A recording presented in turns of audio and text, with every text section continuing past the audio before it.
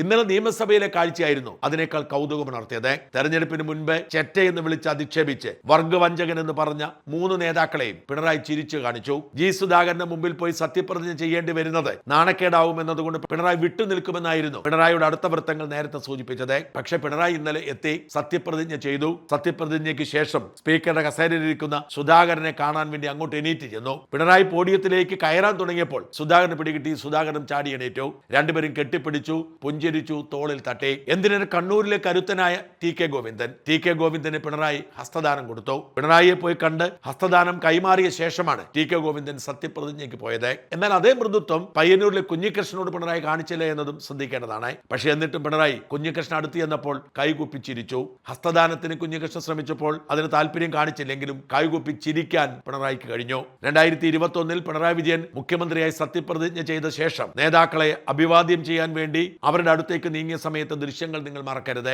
ആ സമയത്ത് കൈകൂപ്പി കൈകൊടുക്കാനെത്തിയ ശൈലജ ടീച്ചറിനെ ഗൗനിക്കാതെ കടന്നുപോയി അന്ന് പിണറായി. ഇത്തരം മുടയൊക്കെ പിണറായി മാറ്റിവെച്ചിരിക്കുന്നു. വർഗവഞ്ചകരോടും വർഗശത്രുക്കളോടും പോലും പിണറായി സൗമനസ്യം കാണിക്കുന്നു. പിണറായി സൗമ്യനായി പ്രത്യക്ഷപ്പെട്ടതുകൊണ്ട് തന്നെ സഭയുടെ ആദ്യ ദിനം വളരെ ഊഷ്മളമായ സൗഹൃദത്തിന്റെയും സഹകരണത്തിന്റേതുമായിരുന്നു. പിണറായി വിജയനെ സത്യപ്രതിജ്ഞയ്ക്ക് വിളിച്ചപ്പോൾ ഇടതംഗങ്ങൾ ഡെസ്കിൽ അടിച്ച് ആഹ്ലാദം പ്രകടിപ്പിച്ചപ്പോൾ ആ ആഹ്ലാദത്തിന്റെ ഭാഗമായി മുഖ്യമന്ത്രി പിണറായി വിജയൻ ഡെസ്കിൽ അടിച്ചത് ഏറെ ശ്രദ്ധ നേടി. ഭൂരിപക്ഷം MLA-മാരും UDF-കാരായതുകൊണ്ട് UDF-ന് അനുകൂലമായിരുന്നു അന്തരീക്ഷം. പിണറായിയുടെ പോലീസ് തല്ലിച്ചതച്ചതുകൊണ്ട് മാത്രം സഭയിലെത്തിയ AD തോമസ് എന്ന ആലപ്പുഴ MLA-യുടെ പേര് വിളിച്ചപ്പോൾ വലിയ ആരവമായിരുന്നു സഭയിൽ. സന്ദീപ് വാര്യർ ഭരണഘടന ഉയർത്തിപ്പിടിച്ചുകൊണ്ടാണ് സത്യപ്രതിജ്ഞ ചെയ്തതും ഒടുവിൽ ജയ് ഹിന്ദ് വിളിച്ചു മടങ്ങിയതും. Manjeshwaram MLA AKM Ashraf കന്നഡയിലും Devikulam MLA F Raj തമിഴിലും അനേകം MLA-മാർ ഇംഗ്ലീഷിലുമാണ് സത്യപ്രതിജ്ഞ ചെയ്തത്. വടശ്ശേരി ദാമോദര മേനോൻ സതീശൻ ഇന്ന് തന്നെ വീണ്ടും ആവർത്തിച്ചായിരുന്നു മുഖ്യമന്ത്രിയുടെ സത്യപ്രതിജ്ഞ.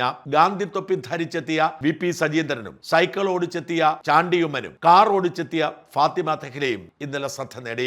പക്ഷെ അതിനൊക്കെ അപ്പുറം ശ്രദ്ധ നേടിയത് സൗമ്യനായി ചെറുപുഞ്ചിരിയോടെ പ്രതിപക്ഷത്തെ പോലും അഭിവാദ്യം ചെയ്ത് സൗഹൃദത്തോടെ ഇരുന്ന പിണറായി വിജയൻ തന്നെയായിരുന്നു.